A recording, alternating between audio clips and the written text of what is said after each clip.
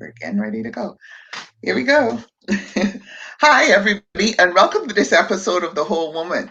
Today, I am excited about this show. Excited, but a little bit sad about the topic because of what is happening in our country today. And for me, this show is something that touches home because I have a touch of what we're going to be talking about. We're going to be talking about domestic violence. And as we know, we've had a lot of stuff going on in the country, and I really wanted to be able to touch on it so that we could help to come up with some solutions, offer up some tips. And I have joining me Mrs. Valerie L. Williams, and she's all the way out of Atlanta, but she's right here in the Bahamas with us, though. We're going to go to our commercial break, do the intro, and we'll be right back. And I'll have Miss Williams let you know a little bit about who she is. We'll be right back. You always going so fast, burning it up. You got you running like that, right past what you want. So do like I do, and move like I move. Feel that magic down in your shoes. That's why I'm walking like this. That's why I'm walking like this. Yeah. You always moving so fast, breaking your neck. You've been running so far, but you ain't got there yet. So do what I do. This is gonna suck. Biore charcoal cleansers suck out 2 times more dirt, oil, and impurities. That's why Biore charcoal sucks. Better. Biore.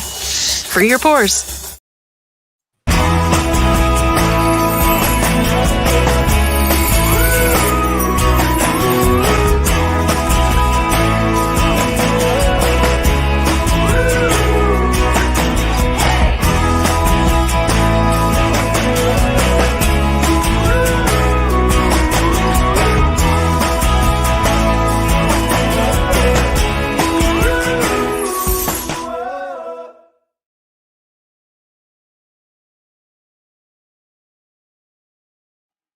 Hi, and we're back. Before we went to the break, I said that I had a woman with me that was all the way out of Atlanta, but she's no stranger to the Bahamas because she's visited us many a times.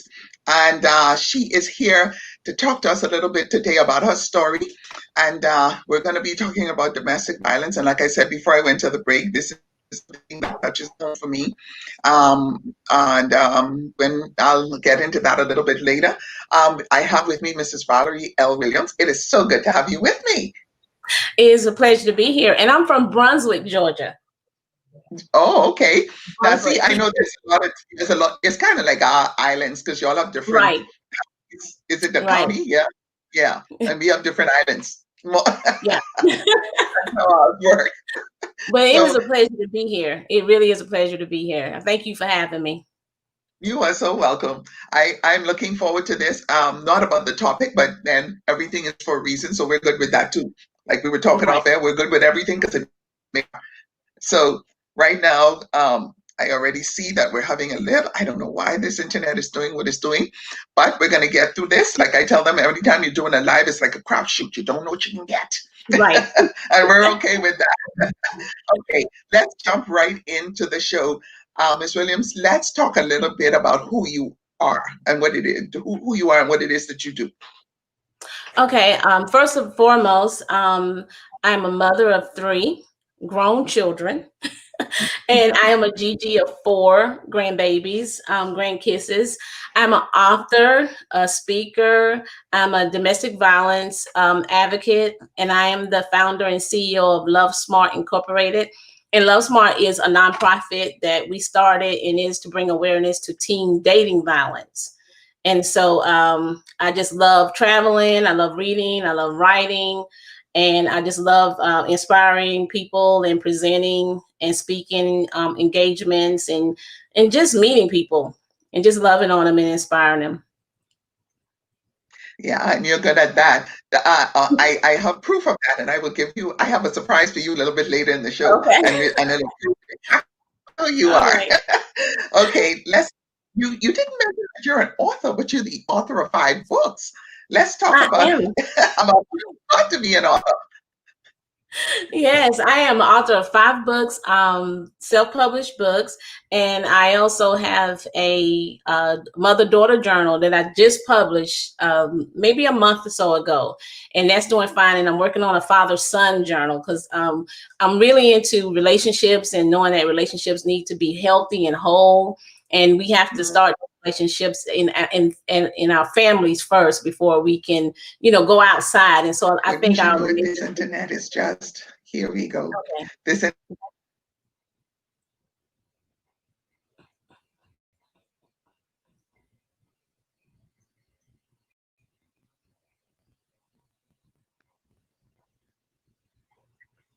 okay, okay. Is it? We're having a little bit of issues with the internet, and that's okay. Like I said, That's okay. it's just what happens from time to time. I don't know what, yeah, mine make it so there we go. Now you were Okay, talking a little bit we about being good. an author. Yeah, I was just Okay. saying that one of my main focus is just on relationships and how the family relationship needs to be healthy and whole. So we did a mother-daughter journal called Just Between Us Girls, and it's been doing Mhm. very well. And it's an interactive journal for both the mother and daughter to do together. They work on it Okay. together. So yeah. That's awesome.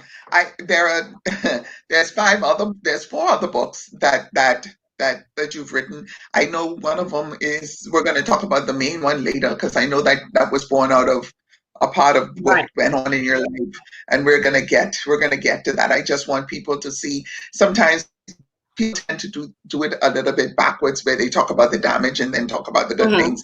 But for me, Hmm. I tend to want to do it differently because I want people to see how amazing you are, so that you know that when you get to the bad, you can always put it in your head, she survived that crap, she survived Hmm. that. Right. You know? Right. So let's talk a little bit about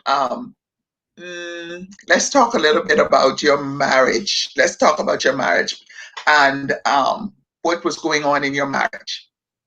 Okay. I was married for 8.5 years. We were together approximately 12 years altogether, 12, 13 years. And we had middle class, family, home, Mhm. van, the 2 children. um, and we got along pretty well. There was no abuse. There was no fussing, fighting. There was no emotional abuse or verbal abuse. And so when this incident happened, it happened a week after Valentine's Day. And I Mm. just received a dozen of roses, my mom, his mom. And, we had company down the weekend. It was, we were like best friends at one time, at one point. Maybe 3 months before this happened, of course, we have all our, issues like anybody else, but Mhm. nothing that would have made me think that we would ever go through what we went through. Get to that point. It, Nothing. wow. It's interesting that you could be with somebody for such a long time and still miss certain things or don't see certain things. Right. And I think sometimes we get so normalize people's behavior because we'll just say, that's just the way they are. They're just quiet like that. Mm.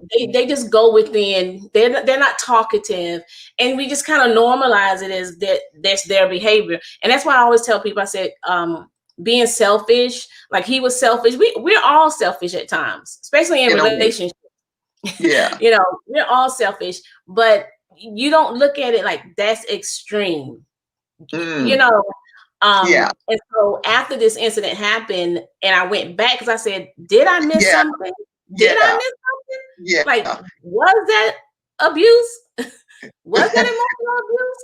Yeah. And you question yourself and it's like, why didn't I see that? Or why didn't I? Well, you didn't because it just was normal. And Even then though too, the thing is, like when you love someone too, you overlook things that for that reason as well. that's true. That's Mm. true. And that's why I say you just, but I think that's where the growth has to come in for each individual person. Like you can't Yeah. just say that's just me, that's just who I am. That doesn't work. No.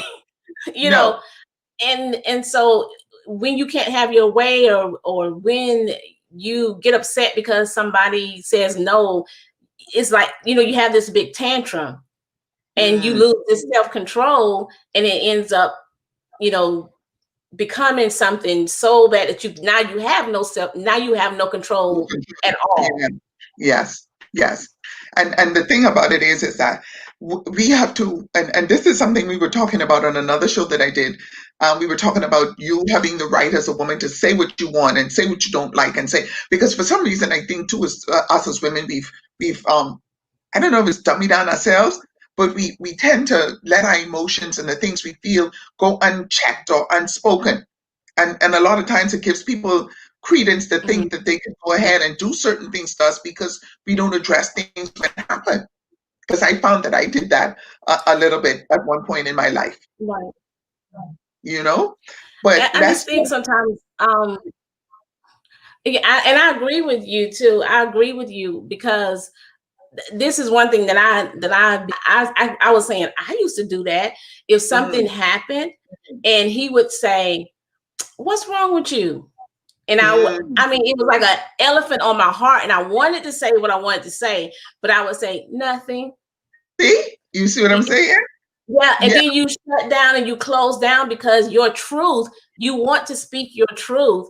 You Mm. want to say what's wrong, but but I don't want an argument, or I don't feel like getting mad, and I don't feel like going through that, and I don't feel like, having this distance between us.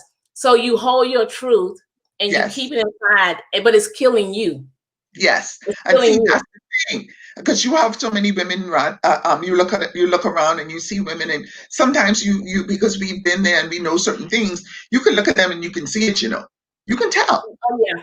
Oh Yeah, yes. because we know the Yeah. signs and we know the things that happens. And that's the same thing I was saying earlier. It's like you do it where you're like, I don't want to do this. I just don't want to do this. But it's killing you, Mm-hmm. you know? But Yeah. let's talk about the day. Let's talk about the day when the incident happened. Let's tell our audience members about how it came to be. Okay. I'm gonna go back just a few months before. 3 months before this incident, I was feeling a void, or feeling something was off. Like Mm, me, my life, something was off. But according to my checklist, according to this list that society say I'm supposed to have, the husband, the two children, the picket fence, uh, the van, how, according to mm, my list, I should be content. I should be happy. I should be just feeling the best because I have everything on my list. But and I couldn't understand what that was, and I couldn't even understand why it was. Why am I mm, feeling something's missing? So 3 months before this incident, I gave my life back to Christ. I rededicated, and this was my first time really having an understanding of what that meant. I've been going to church for 30 some okay. years, just going to church, but not praying, not talking to God, not having a relationship.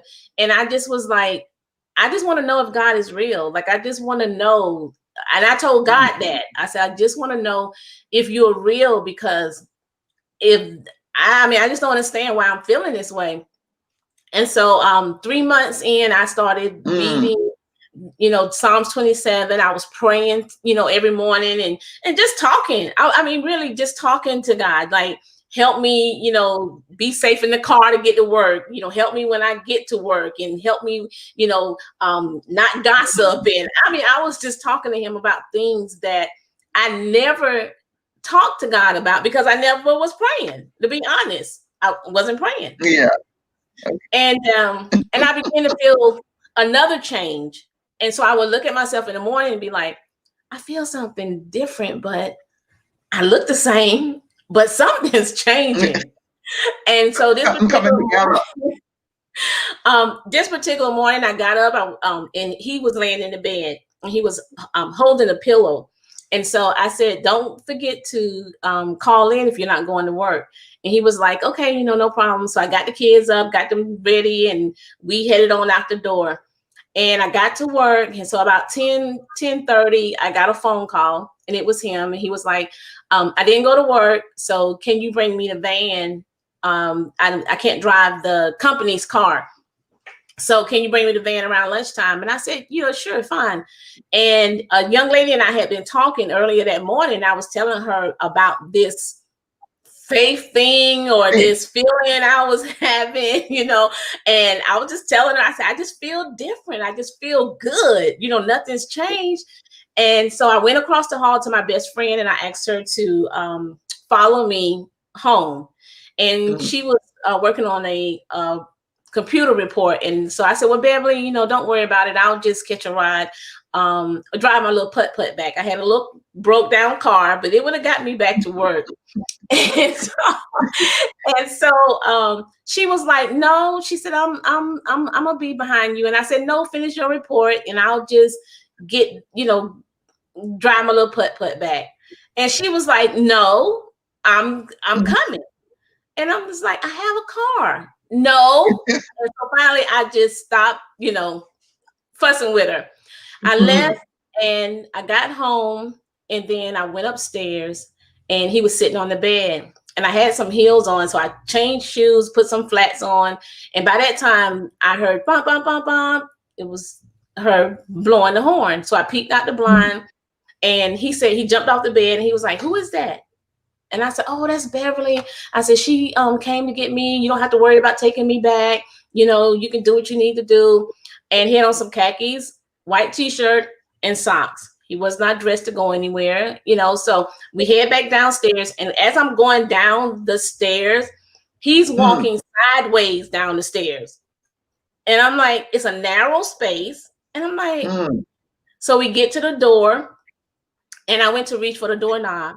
And he kind of, pushed my hand down. So I'm like, come on, stop playing, move out the way, got to get to work. So now my girlfriend has gotten out of the car and she's at the front door and she's knocking on the door. And I went to reach for the doorknob the second time. Second time he popped me. And I'm like, now, when you say pop you, pop me like I was a child, and so I'm just, Negro, you better move out my way. And so I'm trying to push him, and my girlfriend is like not understanding why he's not letting me out. And so he told her she could leave and he'll bring me back to work. And even though at that moment he was my husband, but I did not feel safe. Wow. At that moment, I did not feel safe. And I hollered back out through the door, don't you leave me. Don't you leave me. And so I went to reach for the doorknob the third time. And the third time I felt being punched in the face. And he punched me so hard until I fell back in the kitchen on my back and my hands hit the blinds, the window blinds. And she thought he was beating me. So I could hear her screaming, I'm going to get help. I'm going to get help. And I was still on the floor because, he knocked the crap out of me. And I'm like stunned.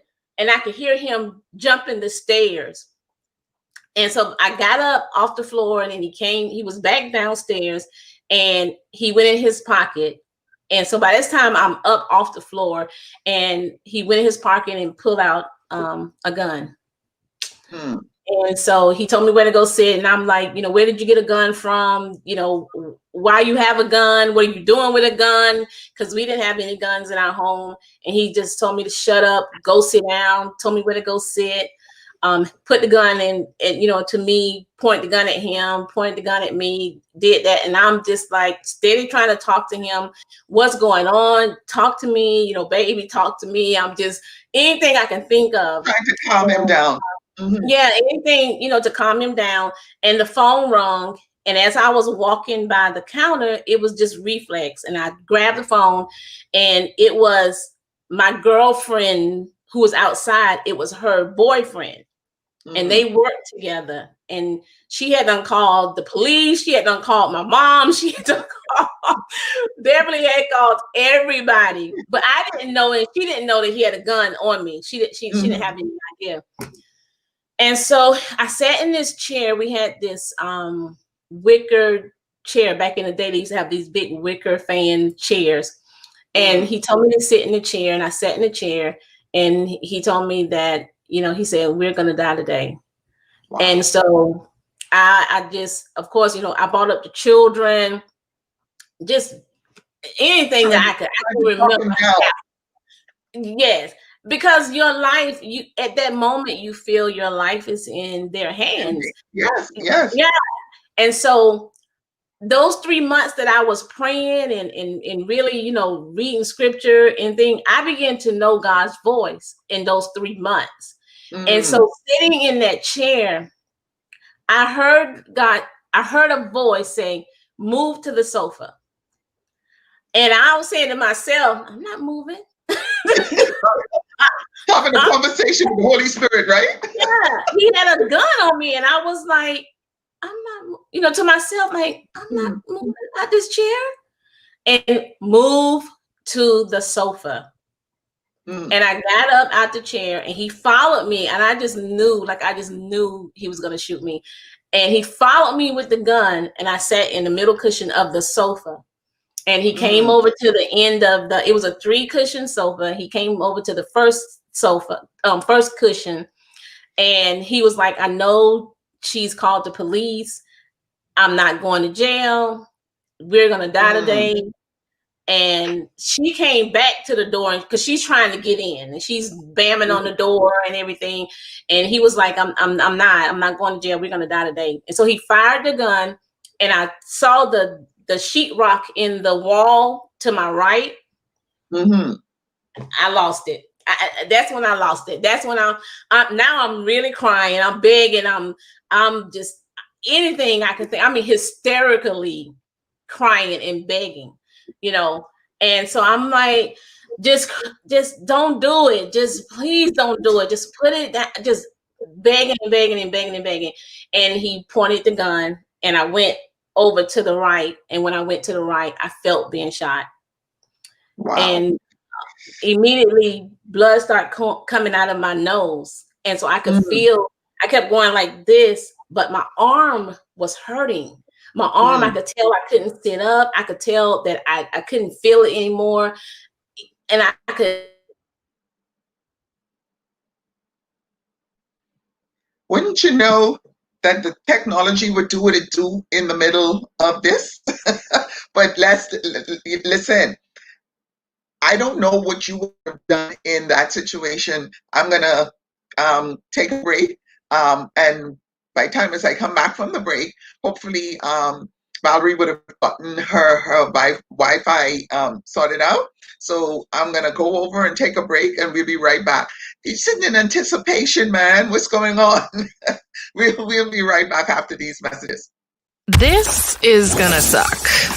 Biore charcoal cleansers suck out 2 times more dirt, oil, and impurities. That's why Biore charcoal sucks. Better. Biore. Free your pores.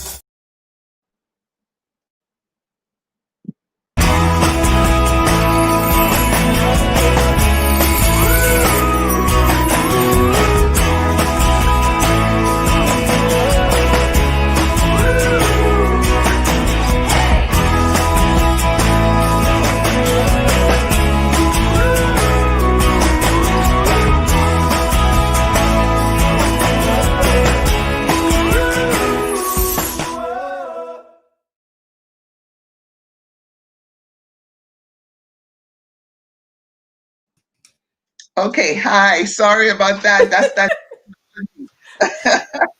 Can you hear me? Can you hear me? Yes, I can. Yes, I can. I can't hear you. Oh, check your mic. Did you give your mic permission? I can't Coming back hear in. Check your mic. Okay, hold on. Everybody, can you just hold for me a minute, please? I'm going to take a break, and we'll be right back after. I'm going to go out and come back. Yeah, and give your mic permission. Yes. The enemy always does what he does. I'm not surprised. But we're going to stay in here and we're going to do what we need to do to get this story told and to give the women the advice that she has to give them today in reference to domestic violence, because as we all know, we've had a rise in domestic violence concerning women and young girls in the country today. And that's why I wanted to do this show, to help to offer up some information that could be helpful, to women.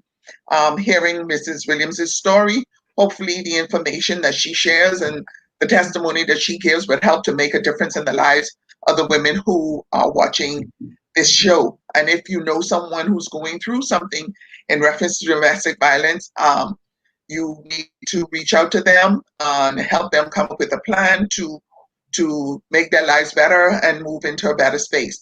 Ms. Williams is back. Can you hear me now? I can. And you know, the Okay. devil is a lie. We're going to get this story out today. We cancel him. We curse him from the root right now. Amen. So let's get back into the story, because I was sitting here and my mouth was open. I thought I was dribbling a little bit. Let's get back into the story, to your story about Okay, let me take them off. your What is husband going on? have you at gunpoint, about he's already shot you, and let's move Right. on from there. Okay. And so, yes, I was laying on the sofa, and I guess because I was slumped over, he presumed I was dead because my eyes may have looked at, closed with all the blood that was on my face. And he put the gun to his head and fired, and I watched him fall over the coffee table. And I was just laying there like, oh my God, like, is this really happening? But I can say that in that moment, like, I knew that God was with me. I knew God was with me because it was like a peace. It was, I could feel like a weight, like it was like a peace that came over me. And I just kept saying, I kept saying, Lord, just stay with me. Lord, just stay with me. Because I could tell that I could not open my mouth. I could tell something had happened and I couldn't open my mouth. And the police came in. Next thing I knew, I could see them kicking in the door. I was conscious the whole time. And they went over to him, and I could just see the blood pouring out the back of his hand. I could barely, it was like the coffee table was there, but I could see his head. And they got him and took him out. And then one of the paramedics happened to be one of my classmates. Wow. I mean, and it was nobody, this all was God. And he jumped, he was on the back of the sofa, and he was like, I got you. He said, I got you. He said, you're going to be all right. He said, I got you. He said, we're going to take care of you. And then they rolled me out, and I could see my girlfriend's shirt. And all I just heard a scream come from her. I just heard her just this belch. And then I just could see like she fell, because they had put a neck brace on my neck at the time before they picked me up off the sofa and put me on the gurney. And we got to the hospital. I don't know what happened to him. I didn't think about it. I didn't. I just still saying, Lord, just stay with me. Like, Lord, don't leave me. Just because I never felt like I was going to die, but I just knew it was just a peace. It was just a calm that was on me. And I just kept praying, just, Lord, stay with me. Just stay with me. So we got to the emergency room. And in my mind, I'm like, okay, we're going to be like these TV shows. Like, they getting ready to roll a sister in. They getting ready to get this bullet out my arm and stitch me up. And I'm going to be okay. And so I got in the emergency room, and I remember laying on my back, and people just running. They was putting stuff on my chest, and they were just running around. And I had an oxygen mask on, and I kept saying, when y'all gonna take me to surgery? That's all I could hear in my mind was, when they gonna take me to surgery? And I kept asking, but they couldn't hear me because I couldn't even open my mouth. And my mom came in. I remember my mom coming in, and my mom never like freaked out. my mom never cried, hollered, screamed, anything like that. So what ended up happening, my husband ended up shooting me 3 times, and I was shot. The first shot went through my head, and I have a bullet Wow. hole here, right here. Uh, It went oh, all the wow. way through my head to out on, Mm, and he shot me twice in my right arm. And the bullet one went in my arm, and it went up and broke up here, broke my clavicle bone, went through my neck muscle, and came out the back of my spine, out the back of my neck. I have a bullet hole right in the center of my neck. oh, The other geez. bullet stayed in for about 2 weeks. I was shot with a 38 Smith & Wesson. And yes, I had, now this is the part where I tell people that if you have faith, it's going to take your faith to another level. You know, and Ah, remember when I said, yes, remember when I you said, think? you remember when I said I wanted to know if God was real?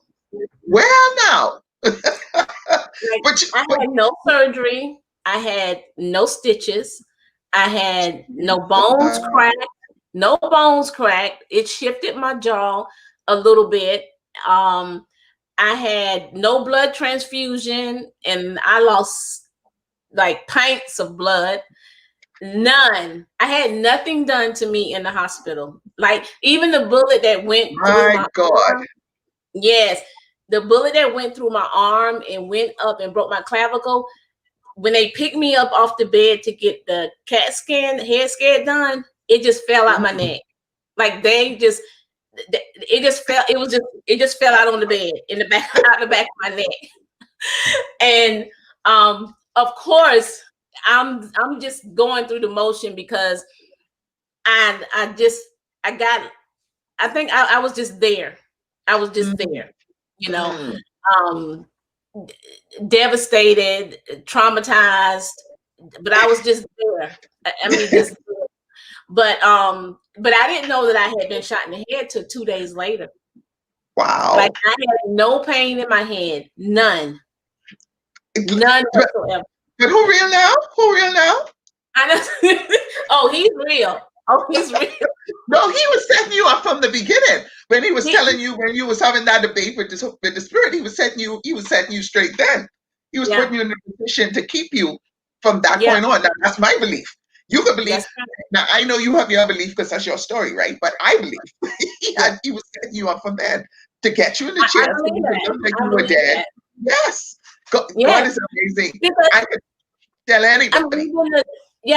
even the doctors, they were like, we don't like this. We don't even understand. Like, you don't get shot in the head. You don't get shot. It's with a 38 and no bones crack, no Gee, stitches, no no surgery, transfusion.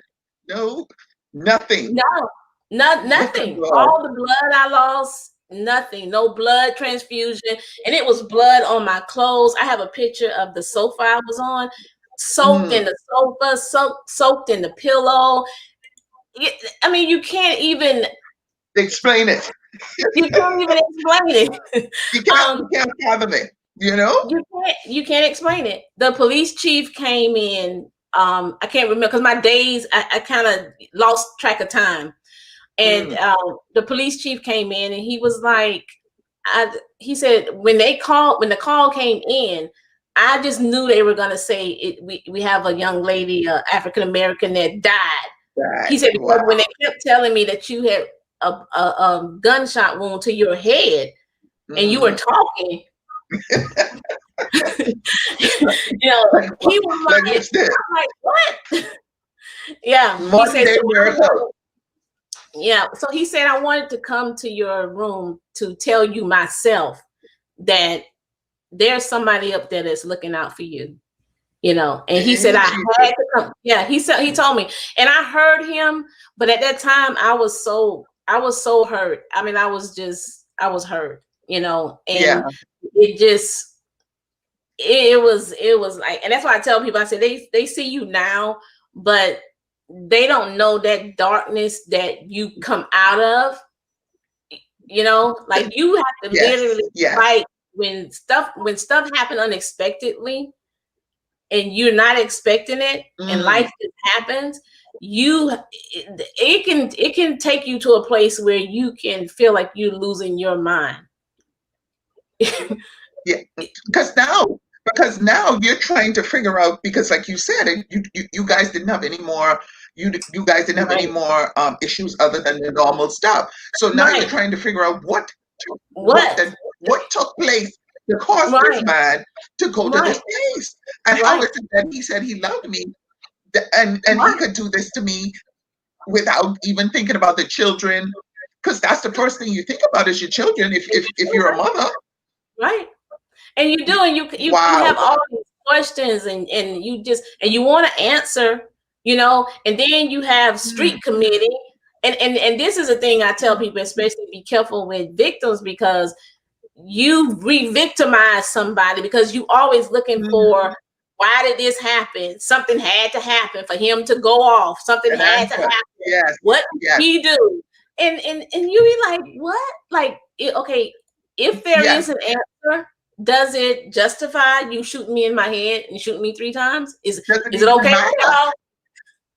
Does it even It, matter it if doesn't there was matter. justification or not? It Yes, doesn't matter, because you still don't have the right to take my life, or to try to take my life, or to beat right. me, or to commit any kind of violence towards my person, because it's just not your right. It's not your If you have an right. issue, if you have an issue, it's your right to go and get help, seek help, ask for help, sit Mm-hmm, down, talk, mm-hmm, communicate. Let's come mm-hmm. up with a solution. That's what you do, not get a gun and try and take somebody's life. And try to take And somebody. if you Yeah, want to die, why not? Why don't you just go by yourself and leave me and that's what I here? said. I said you could have just had a little party, and I could have got off at 5 o'clock and came and found you on the floor. I mean, you didn't have to call me and include me in your misery. I Put just me could in not your crazy. Put me understand that. in your crazy. Yes. Yes. And then I said, And okay, if yeah, what if the children would have been home? What if the children would have been home? would he have? What if he had shot them too? Right, right. Wow, wow, You know, but wow. In you didn't factor in the fact you that are, God was going to show up. You didn't factor that in. hey, Right? hey. You didn't factor that part in. that part, that part, And this time, no, because I said God was setting you up from the chair. He wasn't setting you up from the chair. He was setting you up from 3 months ago, exactly, girl. exactly. Yeah, yeah. But his purpose When I went back, when I first wrote my book, God's Divine Intervention, that's exactly what God did. He took me back. He said, "Remember those 3 months you kept reading Psalms mm, 27. You read Psalms 27 every day for 3 months." And when I went back, he said, "Now I want you to go back and read it. I want you to go back and read it." And when I went back mm, and read it, it was, the Lord is my light and my salvation. Whom shall I fear? right there. Right? And then he talks about how the enemy is going to come up on your flesh and try to kill you. Ah, Jesus. He talks about, and I was like, oh my God, like I lived this. Mm, And in the very end of Psalms 27, it talks about I would have lost heart if I would not believe that I would be in the land of the living. And I'm Jesus. like, and so I kept reading. When I got out of the hospital, I kept reading Psalms 27 because I said, I am still in the land of the living. I'm still in the land of the living. God is God, amazing. he made death behave for me. And people don't understand Yeah, sometimes that, I like that. I like that. he made I death like behave. that. And so that's why I trust That's him the way I do and have faith the way I do, because he mm, made death behave that day. I should have been dead. I should have been yes, dead. I should have been dead. I should have yes, been paralyzed. If not dead, I, been paralyzed. yes, yes, yes. That's what I was going to say. If not dead, you should have at least been I should have been paralyzed, paralyzed. or Yeah. couldn't see out of an eye, or something. But Something, yeah. Something God is should have truly been amazing. something should have been wrong. I lost the use of my arm for a year and a half. my hand was clawed as though, because my nerves were damaged, and some of my nerves in my arm was severed. And so I could not write. I could not comb my daughter's hair. I could not flip a pancake. I could not, just those things I could not do. And I only stayed in the hospital 3 days. Lord Jesus. From 3 gunshot wounds, 1 to the head. Yes. And so the day I left out of the hospital was, I was like, if I could stay here, I would stay, And then I saw where they had put in the paper, Valerie, because I was Lewis at the time, Valerie Lewis, domestic violence victim. And I was like, I'm not no domestic violence victim. Like, he wasn't beating on me. Like, they gonna have to rewrite that, because I don't want nobody thinking he been beating on me. Like, wait a minute now. And that's all I could think about was the perception that people was going to have because it had domestic violence victim. And so let me stick up in here. There are certain things that you say that when I'm doing, people say that causes me to like, let's just go back. You said that you didn't want people, the thing that bothered you the most was the fact that you didn't want people to think that you were a domestic violence victim. And I think that that's an issue that we have in our society today that causes women to stay, or cause women to not speak up, or cause the neighbors to I don't get it, because I don't. Let me say this. I'm going to interject here. My mother, when I was growing up, my father abused my mother. My mother was a stay-at-home mom, and he would drop us to school in the mornings, and we go to school, and he'd pick us up at 3:00, and he'd take us home. And my mother, she would come outside. She'd have our snacks ready. We'd eat our snacks, and we go outside. We play hopscotch and parking and jacks and everything. She'd be out there in the yard with us on the ground. And then, normally he'd be home by 5:15, 5:20, and we saw 5:20 come, and he didn't come home yet. Everybody in the house was terrified. She'd hurry up and bathe us and put us to bed, because she didn't want us to hear or see what he was going to do, but it was impossible to miss it. Impossible to miss it. Because, I would be in my room, and to this day,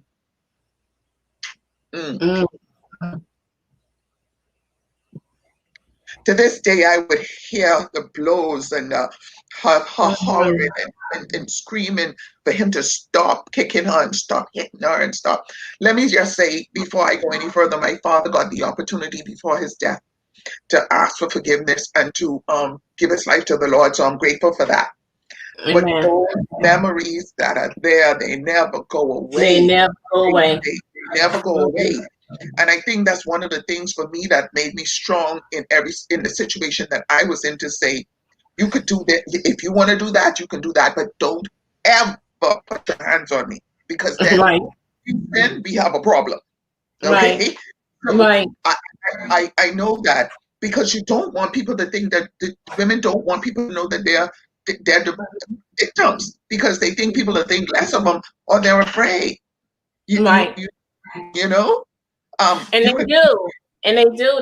I think that's why so many get into relationships. They see, like, they'll call me and ask me, is it abuse if he slapped me around, or if he bust my eardrum, or and so I turn the question back and I ask it to them. Is it abuse?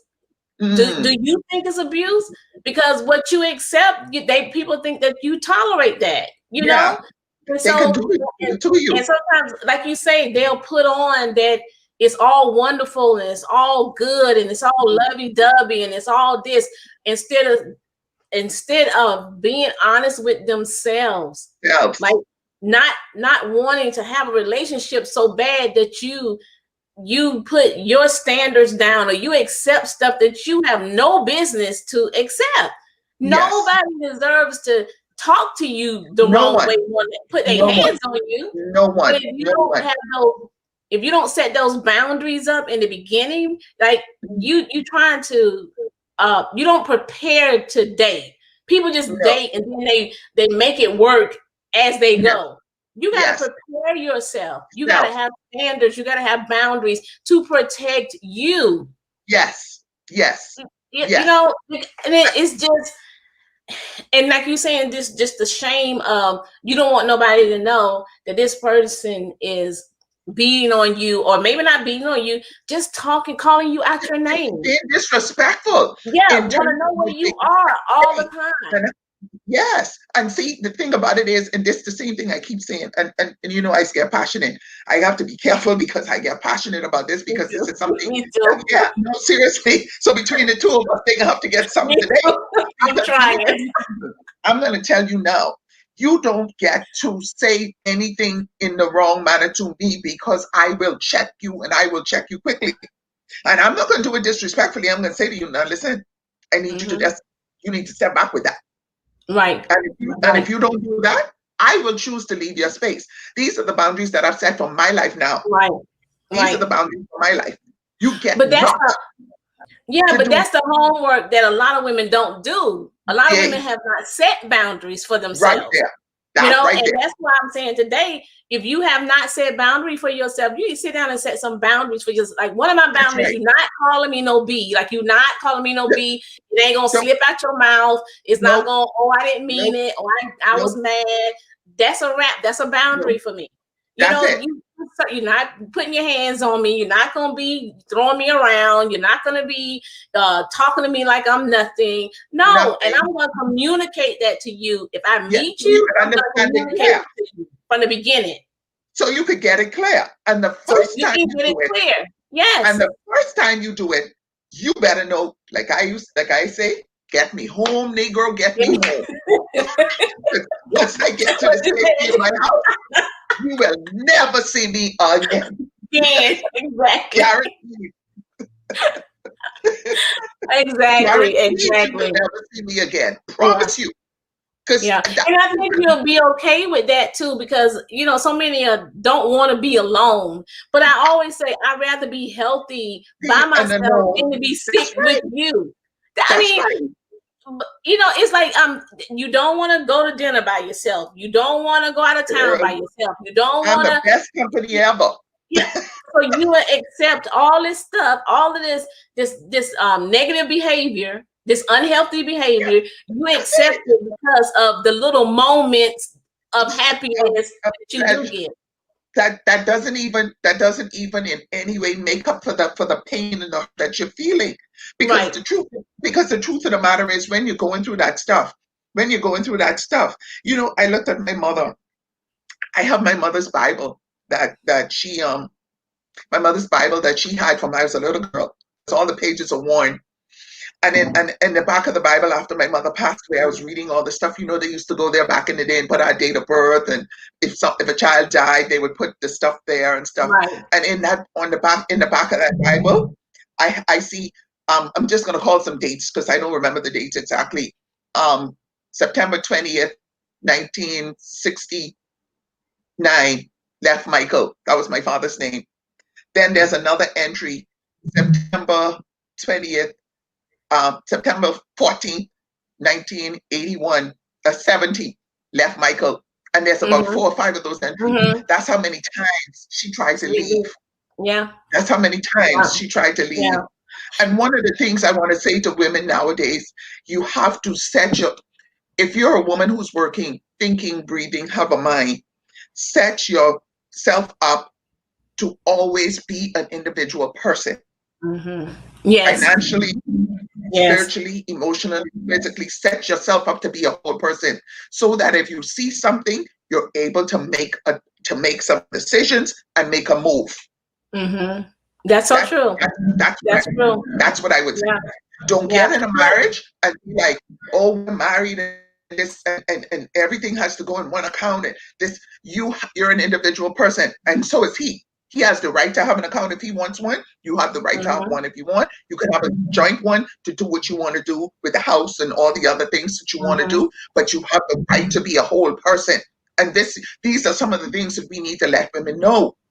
Because Right. you have to be able to stand in your own truth, your own spirit, your own space. Right. And a lot of times these are conversations that you need to have before you even get married. You need to have these conversations with this person to see if this person thinks the same way you do, if their values are the same as yours. You have to have these conversations. You can't just let cute and fine and being able to go out and he getting your nails done and that cannot be the subject. Right, because you get into those cycles of abuse to where they apologize, and this goes for women too. Women are getting just as abusive as men are. I mean, this is jealous, scratching up cars, cutting up, wanting to fight other women, smashing out glasses, smashing out glasses, and all that stuff. And you think that that's healthy? Like, you think that's a healthy relationship because you have moments of joy, but you'll stay in that. You'll stay in that because it becomes your norm. It becomes your norm. It's like just smash out his window down at the club when he was with Jennifer. You see him with Jennifer. You see him walking with Jennifer. You know he with Jennifer. He ain't getting to this no more. You smash out his window, and then he gets to come home and lay down and act like nothing. Both of you acting like that. Oh, babe, I'm sorry. She don't mean nothing, and all this kind of and you stay in that. You're right. That's not okay. Right. And then what you're doing, you're abusing yourself. That's called self-abuse. You're abusing yourself, and you deserve so much more than that.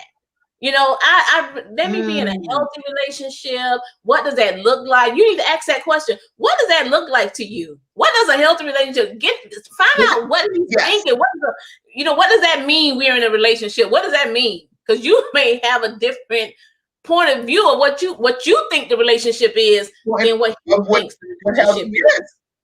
Yes. And then stop accepting they only did it one time. Okay, my husband only did it one time. He only did it one time. Oh, yeah. And you might not have, if not for the grace of God, you would not have been here too. I would not have been here. One time. Yeah. So you can't think, the last time he choked me out and I almost passed out. I mean, these are things that I hear. I hear this. I've talked to women. I almost checked out, but he didn't choke, he didn't choke me out the last time. Or I didn't die the last time. At least he didn't black my eye out the last time. This time. Yeah. Like, you don't know if seriously, you don't know if he gonna hit you or she gonna hit you and you gonna fall over a brick outside and hit your head on the pavement. That's it. That's right. You don't know what's going on. One time.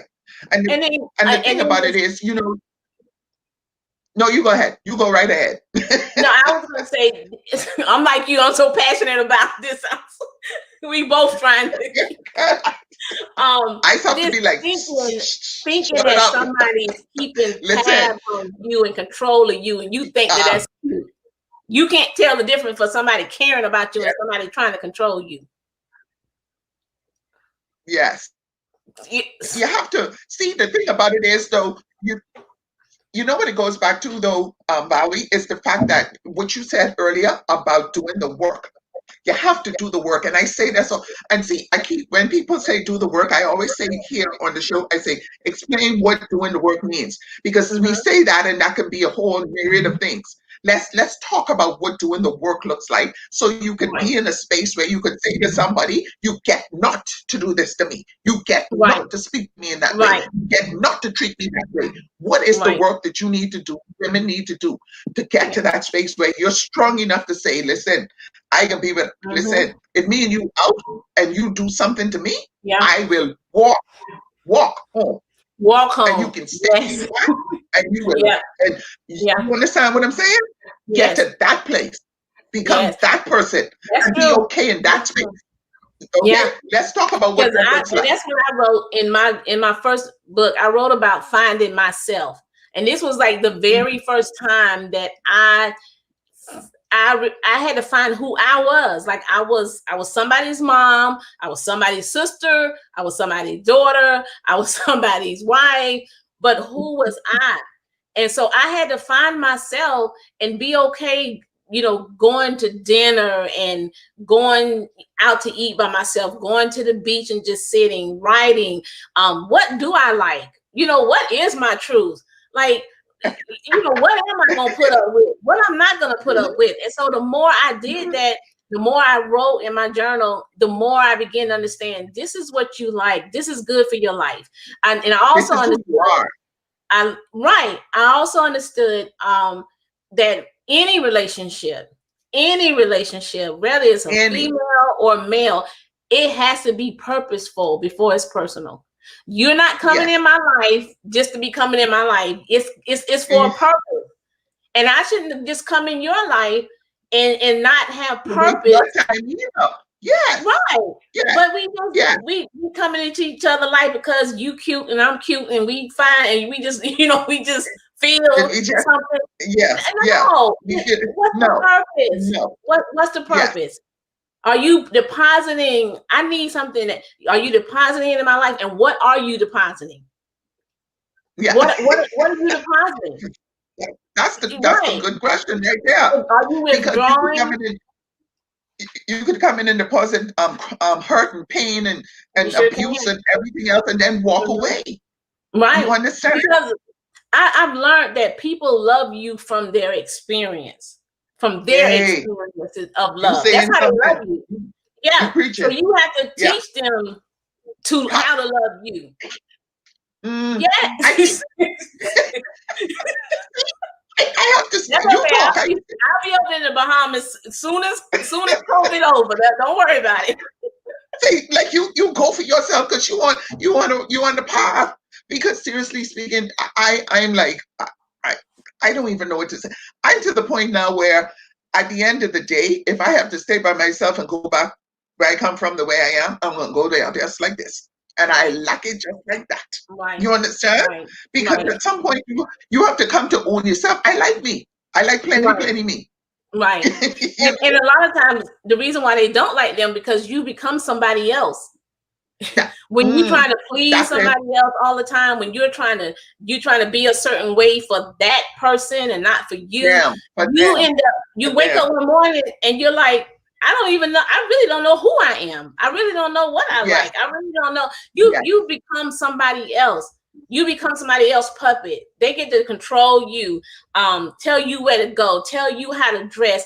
And I'm telling you, ladies, be very careful because it's so subtle. They'll make you think like, oh, man, I love you in, I love you in dresses. I don't like when you wear the skirts. I think the dress thing really, really, really look good on you, girl. And next thing you know, you don't wear no more skirts. You wearing all dresses, and if you put on a dress, and if you put on a skirt or something, he have an issue because now he thinks you're not doing what he tell you to do.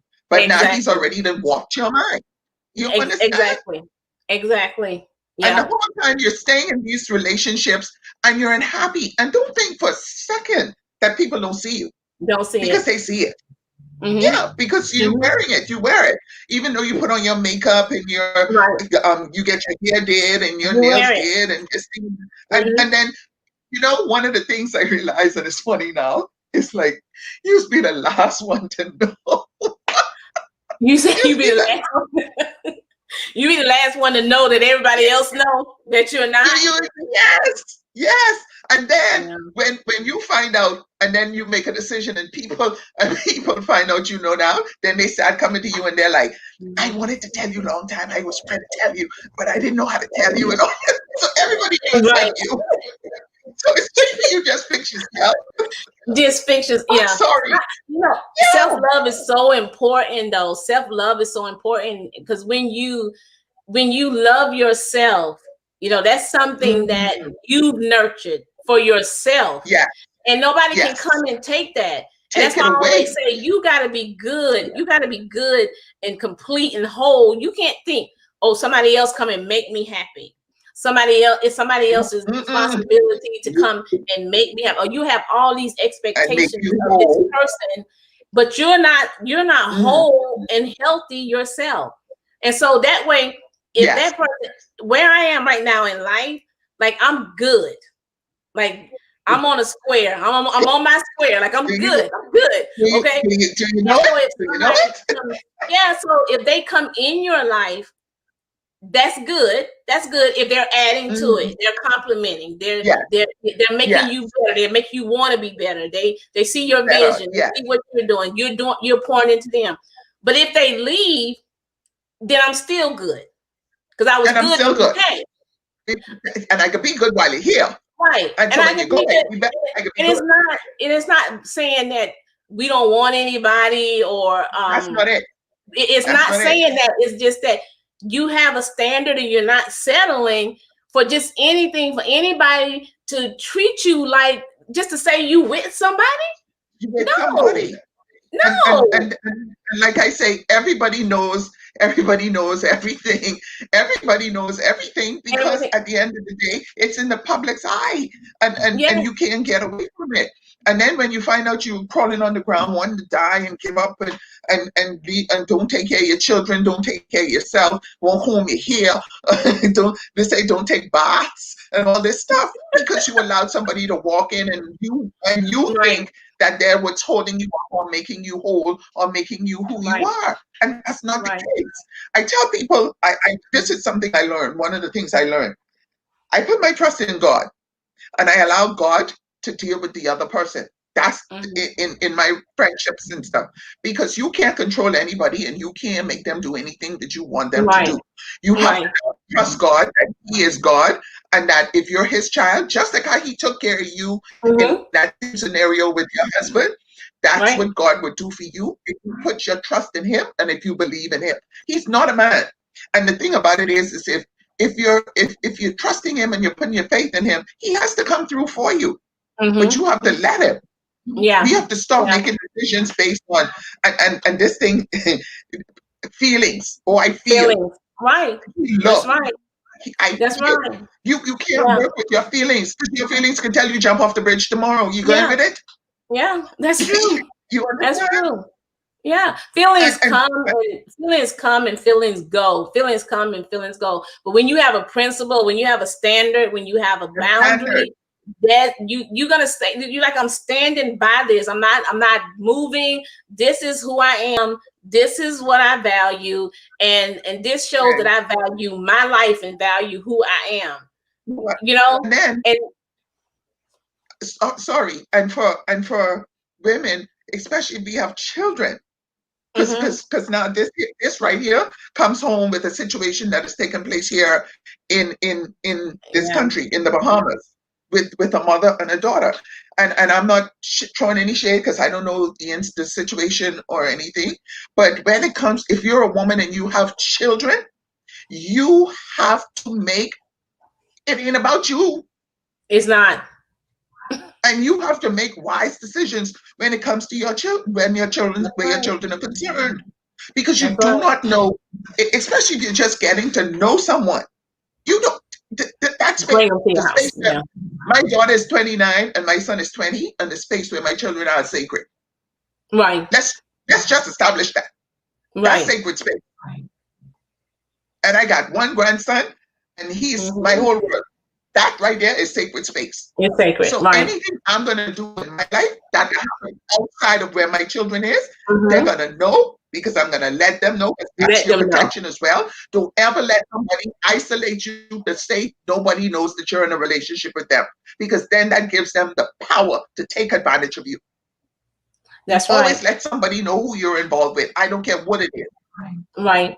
And Because that's once why somebody we knows they have you isolated, then you go ahead. right. And that's You why go we right on started ahead. Love Smart because we started seeing so many 11 and 12-year-olds are having relationships just because of what they see on social media, Mm, or thinking that abuse is okay because of what they see at home. They think, mm, I mean, I've had them tell me at 13, oh man, my mom and her boyfriend fight like that every day. That's not abuse. That's normal. That's normal to wow. me. And so they believe, okay, in order for Learned somebody behavior. to love me, you know, when somebody The loves learned me, behavior. Yes. yeah, that's what I'm supposed to expect. If he, if I get all the time, and this is from women and young people, if he's not being angry or his or showing Jealous. his emotions, Jealous. If he's not, then that means he doesn't care. Wow. You know what I'm saying? That's what they think. Yeah. Let's delve into your organization. Let's talk about that. Okay. What's it? Give them the name of the organization. It's Love Smart Incorporated. Love Smart. Love Smart. And just what you said, it's a healthy way of loving, and it's not loving with your feelings. It's thinking, loving smart. You gotta love smart. When you know the signs, you can't say, oh, I didn't know. You gotta know the signs. And so when you know the signs and you have the knowledge and you have the education, then you can say, no, that's a sign. Oh, no. You can't tell me that that's not abuse. You can't tell me that that's not manipulation, that you love me. No, that's manipulation. When you know, when you have the information, when you have the knowledge, then you can say, look, I'm loving smart. When you loving smart, that means that you taking the information that you have and education and you using it. You're not going by your feelings. You're not loving, liking somebody, just it's all about your feelings. No, it's not about that. Your feelings man, your feelings come and go. Feelings come and go. Yeah. You talk about your organization, and you talk about working with young women. You've been here to the Bahamas several times, and you have helped been around to some of our schools. Tell us a little bit about your experience here. Oh my God, y'all, Bahamas is like my family, my second home now. I've been adopted. I have Pastor Devin Roll and Lady Roll, Yolanda Roll. They're like family to me. And I just love coming over. We do it maybe 2 or 3 times a year. And we try to come in, we try to hit all the schools. Denise Major, it's my mother. Y'all hold on 1 second. The mother's at the door. When your mommy come along, what you can do but go, right? Just hang on, she'll be right back. Well, I have a surprise for her that she doesn't know about. Mommy came to town, so you gotta move. She's bamming on the wall, the door. Okay, go ahead and finish. Tell us about it. But we come over to the schools. I think I was supposed to come in April, and we were gonna go to Eleuthera, I think it was. Eleuthera? Yeah. Is that right? Yes. And some of the Andros Island. Andros, yes. Andros, yes. Okay. Yeah. But COVID came, but as soon as it's over, I am so ready to come back. I love it. Y'all treat me wonderfully. I tell you, I am so ready. I'm ready. I miss y'all. I really do. I have a surprise for you. I'm going to play something for you, and then I'm going to let you finish talk about it, okay? I have a surprise for you. Okay. You watch, okay? Okay. All right.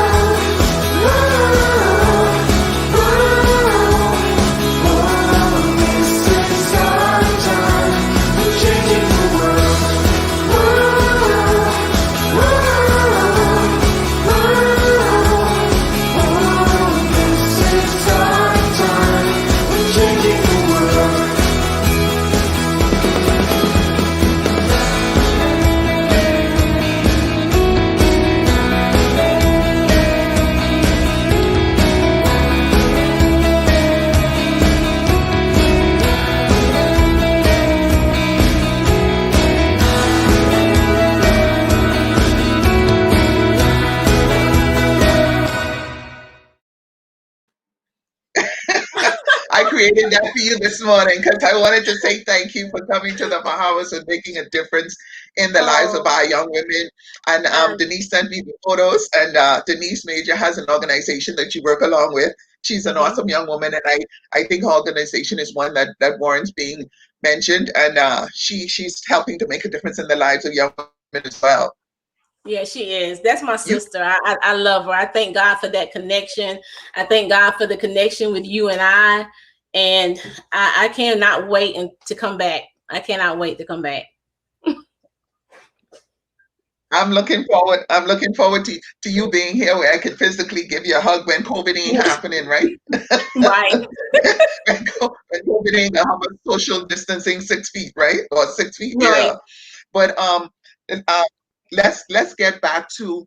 I am glad that you are here because you could have very well not have been here. God had other plans, and I am grateful that you're here and walking in the purpose of your life. Let's talk about the book that the trauma and the pain that you went through brought to life. Let's talk about that book.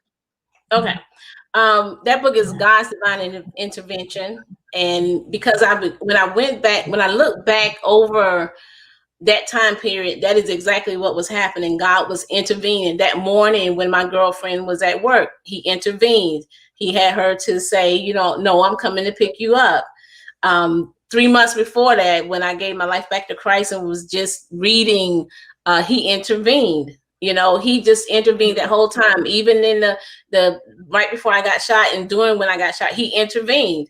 He allowed a bullet to go through my head. He intervened. So Yeah, through your neck and the whole nine.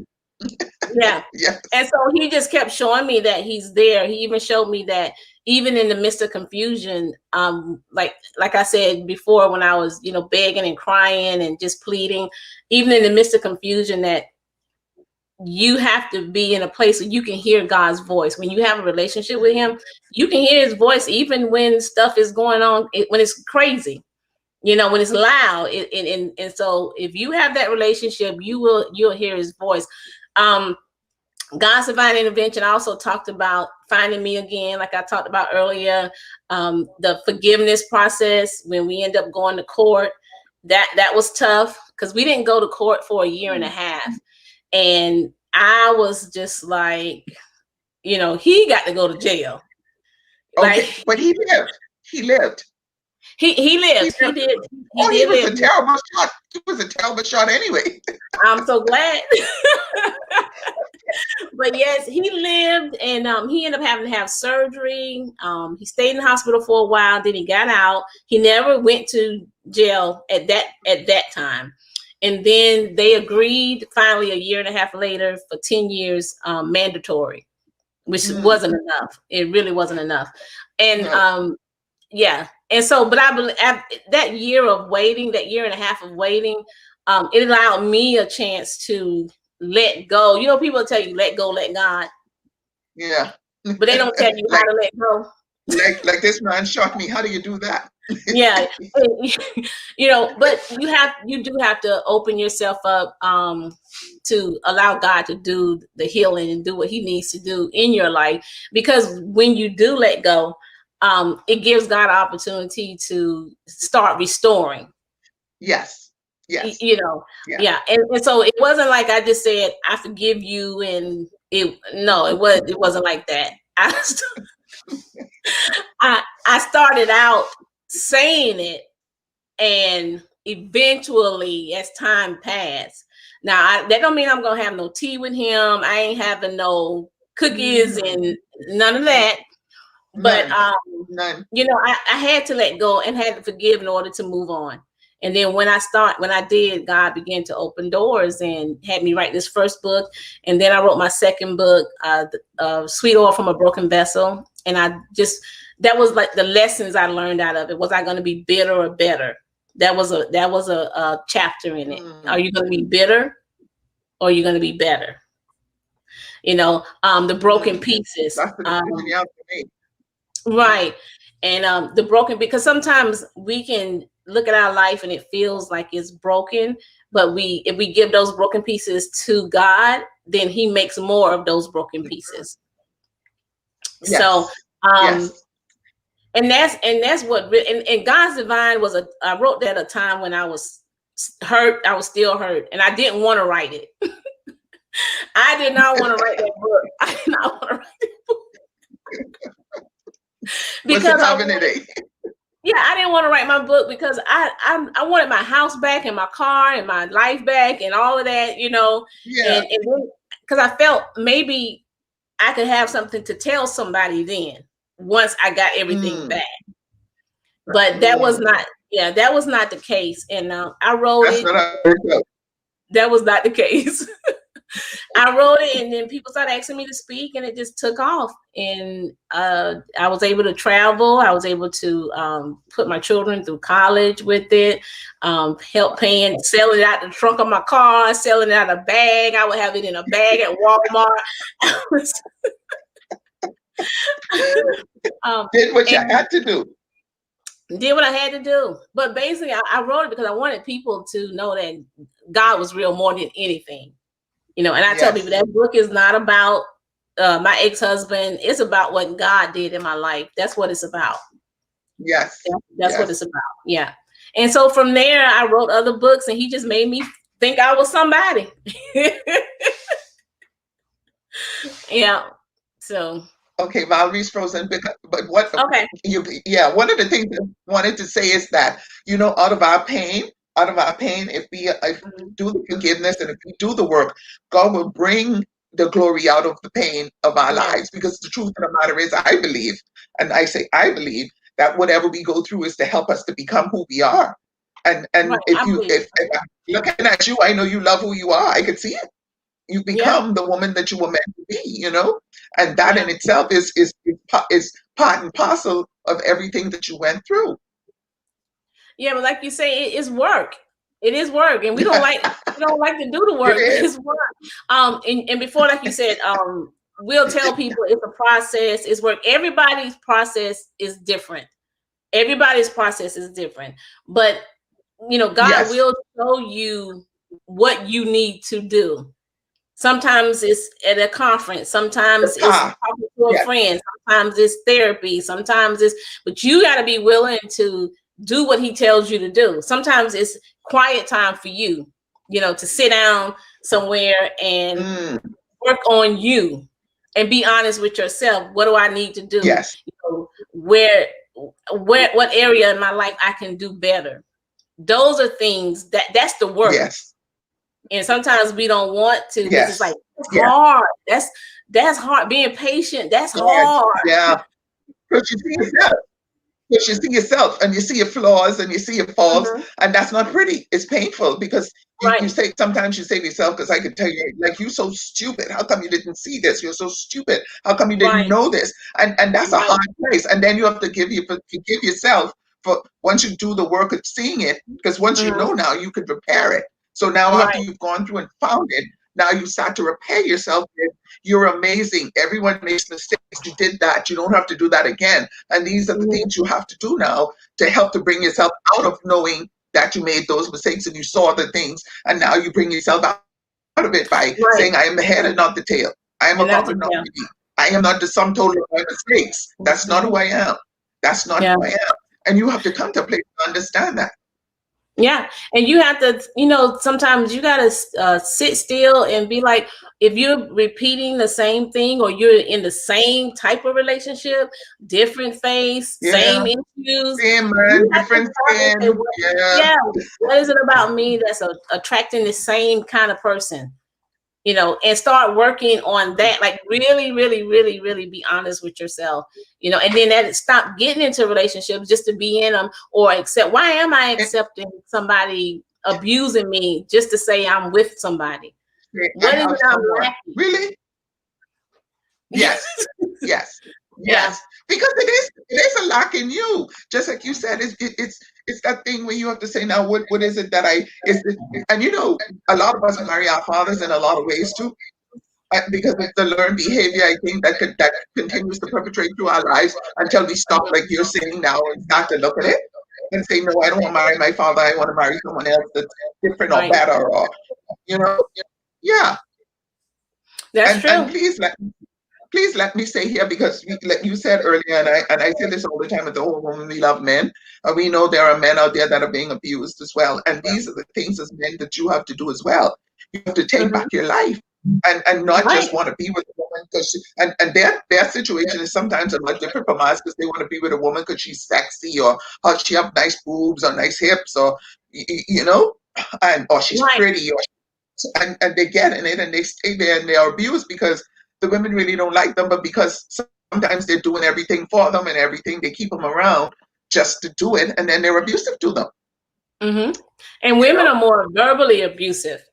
Women are Yes. more verbally abusive Or to they can men. cut you with their They can tongue. cut them down. Yes. Mm. Yes. When you And then look, some women, he no, doesn't if know they who he have is. a good one. Mm. Say it again. Say it again. No, I'm saying when he looks, he doesn't know who he is because she's already torn him down so low and Right. dragged him to the ground so bad that he doesn't now know who he is. Right. You know, That's true. so we know Yeah. that it happens in both arenas. It does happen there. So you have to learn how to take back yourself Right. to I be just whole. I put a post up. I think it was Monday, may have been Friday of last week. And in African American community, we're 41% of our relationships are abusive. 41% That's in the high. African American, That's community. steep. Yeah. So it's That's like, high. yeah, so we're the unhealthiness and the negative behaviors, we are accepting those now. That has now become a Mm. part of our norm as African Americans. We can't, we talk about Black love, and we got to have a better representation of it, because at being 41% Yeah, of and our relationships, that's not good. that's You know, that's not good. and then the thing about it is, it's in the church and it's in the world. And then Yes. the thing that bothers me more than anything else is now you see that 41%, how many children I mean, are in the midst of those 41% of dysfunctional mhm. relationships, abusive relationships, and the behaviors being learned, and it's going to be perpetrated again because they'll think, like the young girls, like you say, think it's okay for a guy to Yeah. hit you or to be jealous or to push you or to do you all sorts of things and think that, and if they learn this from 13, my God, by the time as they get to be Mhm. our age, what would they have known if they never Right. find themselves? If it Yeah. wasn't for someone like you passing around, coming around and saying to them, no, baby girl, this is not the way you That's go. not good. You have to know who you are. Know that you're amazing. Know that you're beautiful. Know that you're Right. valuable. Know that God made you for a purpose. You know? Right. We have And in the US. we're past our time. Okay. Okay. Mm. No, you go ahead. No, Oh, I you was go just ahead. gonna We're say. going. I just wanted you to know. Keep going. We're good. Oh, okay. I was gonna say in the US, there is 1.5 million teens a year that experience abuse. Ooh. 1.5 million. Mm. That's teens. So we're And already that's going what's down that recorded. road. And that's only what's reported. And And that's and only the what's thing about it reported. is here, Right. yeah. Right. And here in the Only what's Bahamas, reported. I don't know about statistics, but I'm going to go and check those out. I'm going to go to the Okay. Department of Statistics and I'm going to get those. And I'm going to have another show and we're going to talk about that. Because Yeah. truly speaking, when COVID is done, like you say, when you come here, Mhm. we have to find a way to address this from the young and talk and Yeah. get someone to talk to young men so that the perpetrators of these things could be made aware that this is not okay. It's not okay Right. for you to treat a woman in that manner, no matter what you see or what you think. Because for some reason, Valerie, I look around and I think that for the most part, you look on like Julia's statement, you put up a statement saying something about women, and then you hear all the guys come in. Oh, all women want is money and things and all that, Mhm. because that's everything that they think women are about nowadays. They don't Right. think that there are some of us out there who are willing to work for our own stuff and don't need you to come to the table to give us your stuff and Right. whatever else. So they just take it and they blanket it, and then when you act different or you stand up for yourself, they think something's wrong with you. Wrong with you. Yeah. Yeah. We were talking off We air were about talking how about they that earlier. Right. we were talking off air about how they like to come to you, and when you don't respond in the way in which they so choose, they come up with these statements like, "Oh, I'm gonna cut off this conversation. Take your time while you cut it off, pa, because it's okay." Yeah. But one Okay. thing that became very clear. They say that domestic violence is not prejudice, right? So even coming over Mm. when Love Smart, we started doing the Love Smart tour over in the Bahamas, it really showed me that it has no barrier. It doesn't matter if we're over here No. in the United States over in the Bahamas. It doesn't. It It has no doesn't. barrier, and so the teens No, and it the youth, doesn't. they need to be educated, and that's why I was so Yeah. grateful that Denise Majors took it upon herself. Now when I come, she works the mess out of me. She had Pull me all everything over out. the Bahamas. Yeah, she gets it in. We go to at least Yeah. 5 schools, but the kids are so receptive and they want to know, and so we have, but it shows that it's no barrier whatsoever. It doesn't, None. it's everywhere. It's everywhere. Because as people of color, Valerie, we don't talk about love, sex, relationships. As grown adults, we don't do that. We meet. Right. Listen, you were talking about dating earlier. You go on a date with someone. Once you go on a date with them, they think they're yours. They own you. Y'all in a Right. relationship. That's Right. y'all just had a meeting and whatever else. So and it goes back to what you were saying about talking about this from the beginning. When you meet someone, when you're dating someone, tell them what your boundaries are, tell them what your rules are, tell them what you're willing to accept. Right. And then when you tell them, you have to abide by what you say. Because if you don't, You they have start to. breaking those barriers down a bit at a time. And when you look, they're in your face because you keep letting your barriers down. If you say you're not going to do something, do not do it. Exactly. And also keeping things to ourselves in the Black community, we kind of keep things to ourselves. We'll say what goes on in here stays in here, or I've been trying to get parents to at least start asking questions, because sometimes they don't even know who their young people are even talking to. They don't even have a clue who they're even spending time with. They don't even know that. They don't even know the questions to ask, to have those conversations. And so it's it's a lot that has to be done. And so we just try to, that's what I try to do now. I try to go, at first I was going to the colleges and speaking. Then I was like, oh my God, by the time they're in college, their mindset is already don't telling us nothing about our relationship. Don't tell me, I'm trying to marry this man when we get out of college. So I went to high school, and high school is the same way. They already set, they think that the relationship, the unhealthy is healthy. In everything. Yeah. So now I went to the middle school. Then last year I was at the elementary school talking about what is love, because they see on social media. They're exposed to so much. They're exposed to so much earlier. That's the problem, right? Right. So much.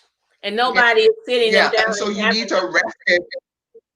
Having the conversation. You need to arrest it early. Very early. Mm-hmm. Yeah. I took my nephew. My nephews are staying with me. Two of my nephews, my sister's sons, and one of his little friends from school, her grandmother called to ask if she could have taken them to the beach to play. It was a couple of them. And I took my nephews, I delivered them to the beach, and they got out of the car, and he saw his friends, and he ran, and he pushed the girl and pushed her in the sand. And I was sitting in my car, and I was like, that's not how you do it, even though she's your friend. You don't, because they're like 15 and 13 and stuff. And I'm like, but no, you don't do that. You know what I mean? Because I'm like, and I call my sister, and I'm like, ooh, you need to have the conversation. You don't tell them don't push girls like that, I see you're frozen. Oh Lord, we're having that problem again. But one of the things I'm going to do while Valerie's out, I'm going to talk about, I'm going to take a commercial break, and she should be back in studio by that time. I'll take a commercial break, and we'll be right back. This is gonna suck. Biore charcoal cleansers suck out 2 times more dirt, oil, and impurities. That's why Biore charcoal sucks. Better. Biore. Free your pores. She's frozen.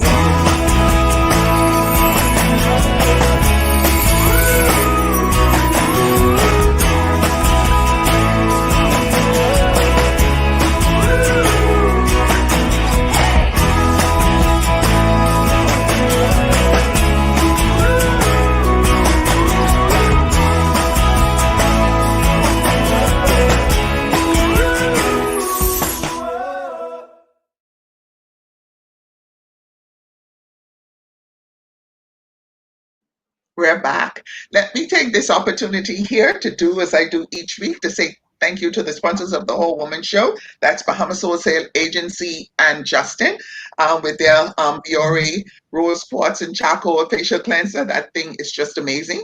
It works. It cleans your pores very, very well. I'm telling you because I use it and I'm very happy with it. Not just saying that because they're sponsors. And Black Opal, their Color Splurge lipstick. I usually wear either the indigo when my lips are blue or the fab fuchsia. The fab fuchsia is just amazing. Your lip comes through the door before you, and people always compliment you on your lips when you wear that fab fuchsia.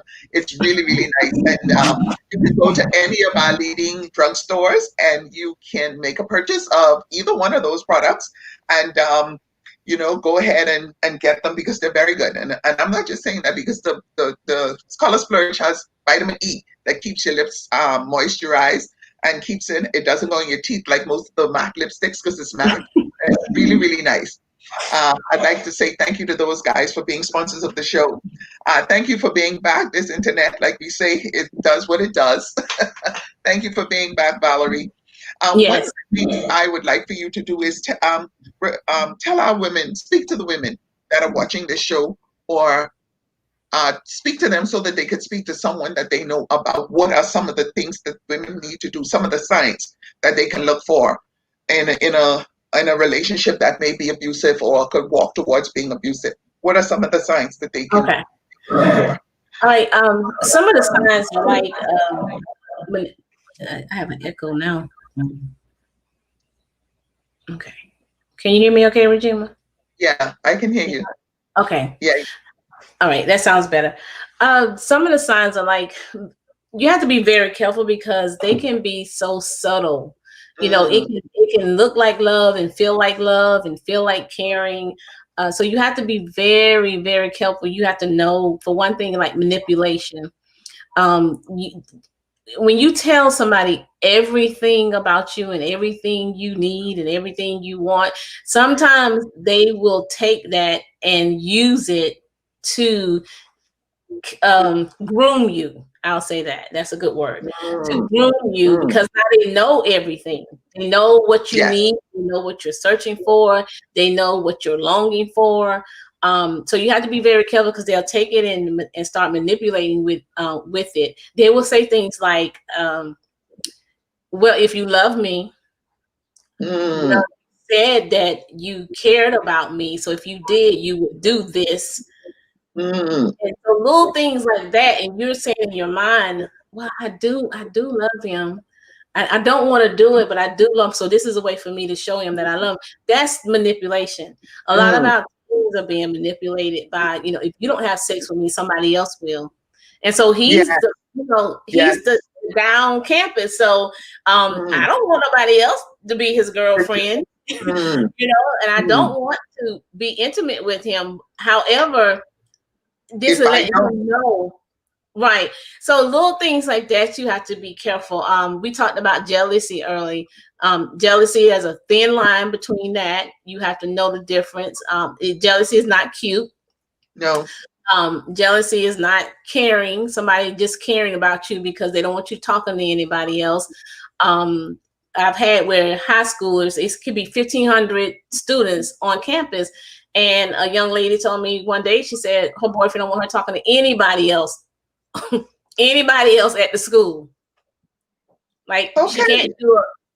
she can't do a science project. He wants this. The cell phone is the number one tool that teens are using. To manipulate. Yeah, and even adults. That's my way of keeping up with you. That's my way of keeping track, of where you are. Call me, show me where you are. You are. Yes. Yes. Right. Show me where you are. So you have to be very careful. And that's why we was talking about earlier, setting your boundaries. Of course, we know any kind of physical abuse, someone hitting you. No.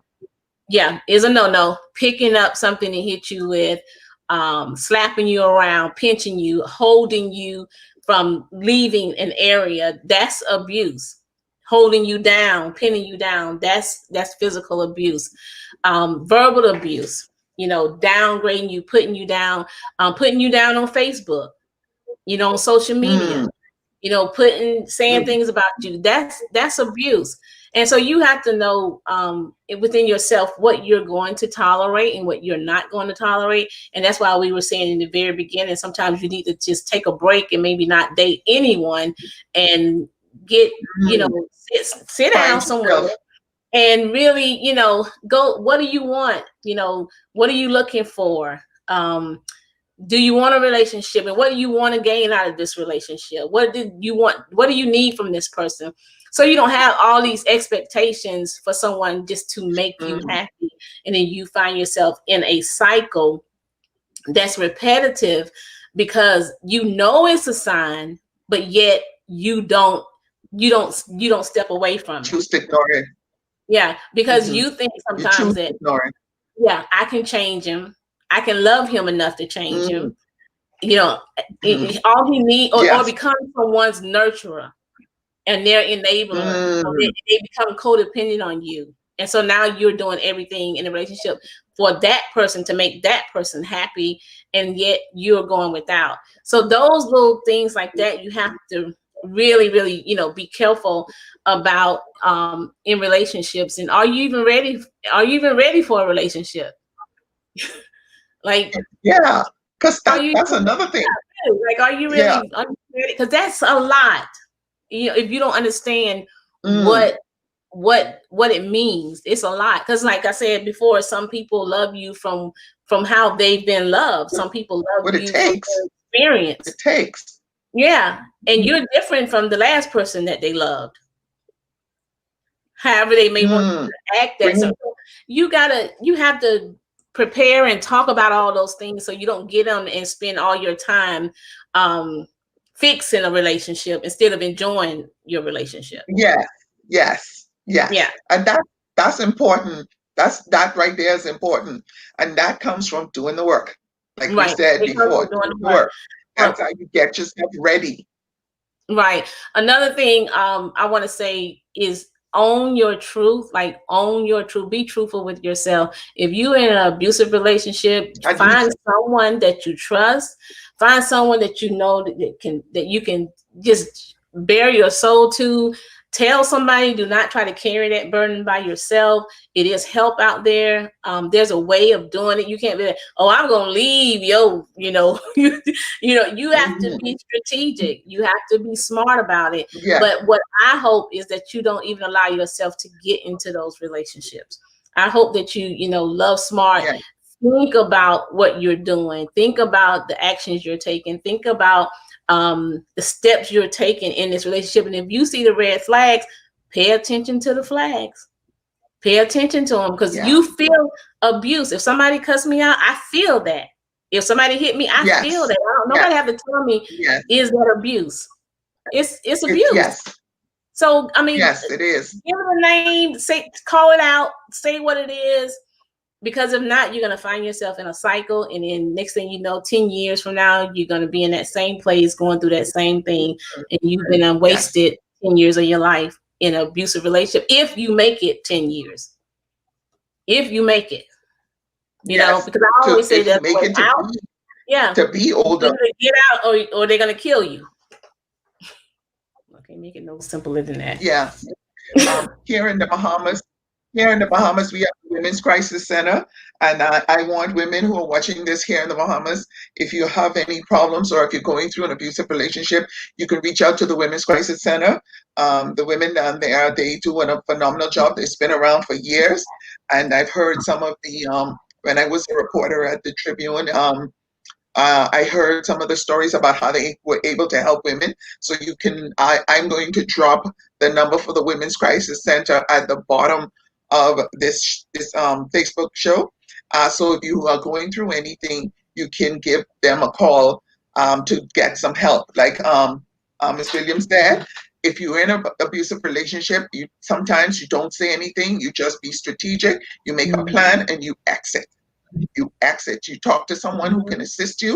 You make a plan and you exit, because sometimes saying you're leaving or leaving is one of the worst things that you could ever do. Mhm. So you have to be strategic about it and how you plan and how you make the Yes. decision to leave, especially. especially if you have children. Because my mother, when I was 10, she took six of us and she made a decision to walk away from my father, and we moved to Freeport. I grew up in Freeport, went to Hawksbill High for 8 years, and then my mother, I made a decision to come back to my father years later. Of course, he was still, because he was an alcoholic, and that was the thing that made him abusive. I think that there was something that happened in my father's childhood that he never dealt with, and that was part of the reason that the Mm-hmm. abuse took place.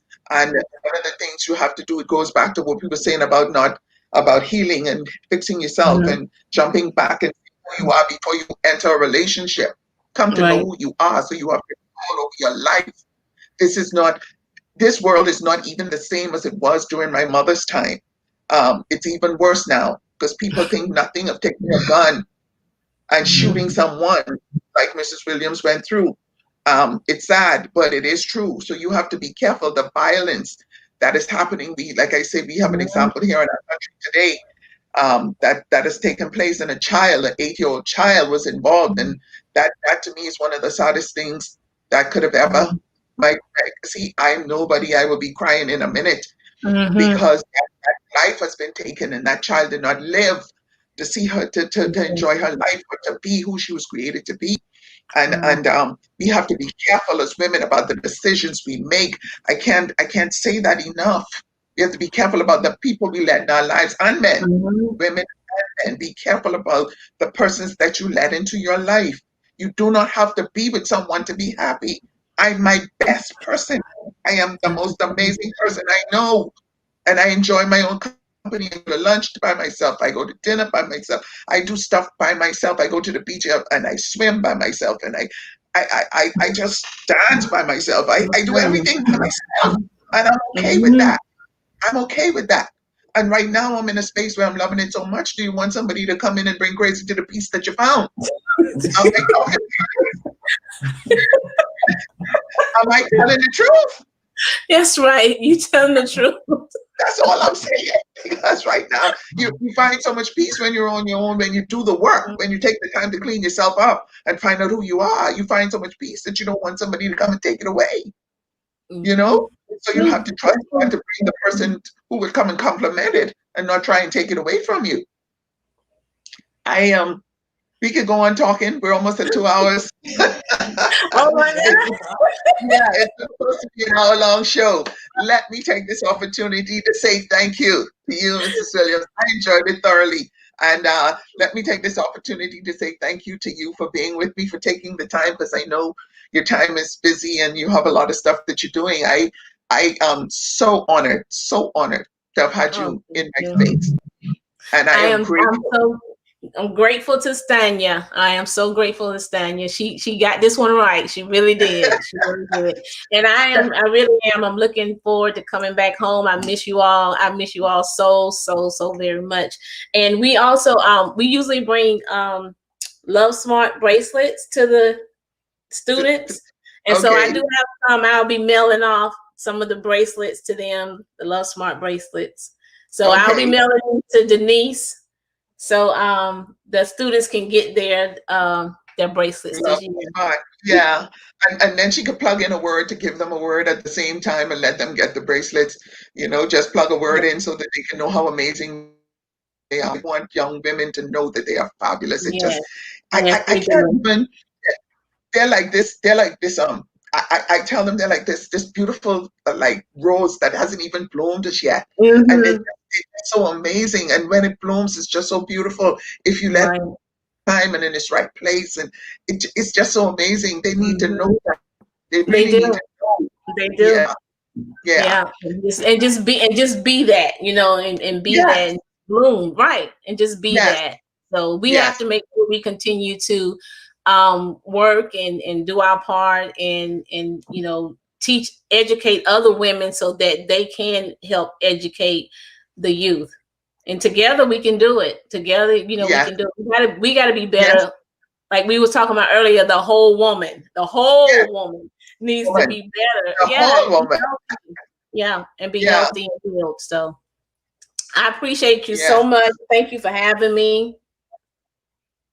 You are so welcome. You're going to be back again. Just get prepared for it. Oh, We'll figure it out. We'll figure it out. and I'm going to thank read you my for that amazing video. You are so welcome. That is what I do. When you That did is it. what I do. Thank You you so did much. it, girl. Thank you. Thank you guys for joining me every week. I have my persons who are here giving me love and just showing their support, and I am grateful to them. I have my girls. I have Darrell Butler Raming. I have Roll. Sorry, Tasha Raming, Darrell Roll, and I see you have a friend here, Pearl Farland Macy. Yes. Yeah, she's your That's girl. my She got your girl. back. That's my girl. She Yes. got your back. She has been here all along. Rose Bevins, and there are so many others to say thank you to. I thank you guys for showing up each Tuesday and supporting me. The show will be here next week Tuesday at 1 p.m. Sometimes we go an hour. Sometimes when the conversation is good, we go longer than an hour. But thank you so much, guys, for joining me and being here with me and showing your support. I love you guys for being here. One of the things I'd like to say to the women: be healthy, be healthy. Find Yes. your truth, stand in your truth, be healthy. Teach your young girls, teach your daughters, your nieces. Talk to your nephews if you see them going the wrong way. Help them to understand the way to go. Because if we do it together, we could change. We could change the world. If each one of us do our part, we could truly change the world. And if not the world, we can change our environment and our space. So thank you, guys. I love you. You guys know it. I love you guys for being with me. Thank you. Bye, Mrs. Phillip. Thank you so much for Thank being with you. me. Goodbye. I appreciate you. Bye, guys. Love you.